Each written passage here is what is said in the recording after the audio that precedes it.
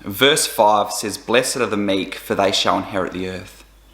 The meek are those who don't assert themselves over others in their own strength for their own gain, but nevertheless they will inherit the earth, everything that they require here on earth, because they trust God's provision and God's leading.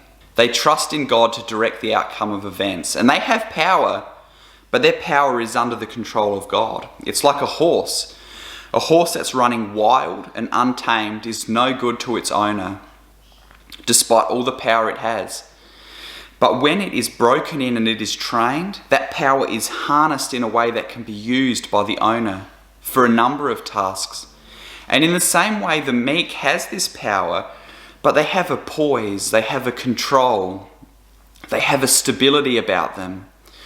They have a composure, and their emotions, their desires, their passions are all under the control of God and are all employed for God's ends and God's means and His will.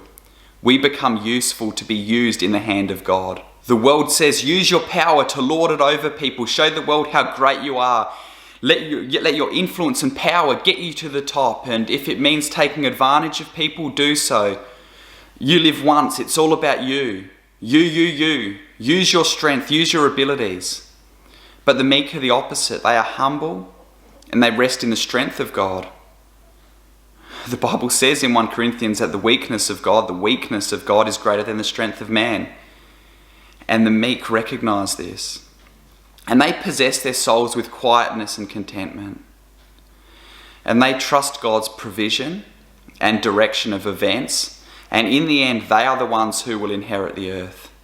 They are operating with true strength and power, but it is a power under control.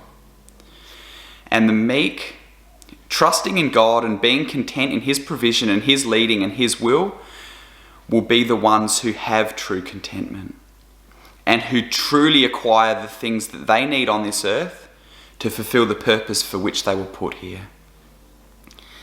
Their trust is in God, not in themselves. Blessed are the meek, for they shall inherit the earth.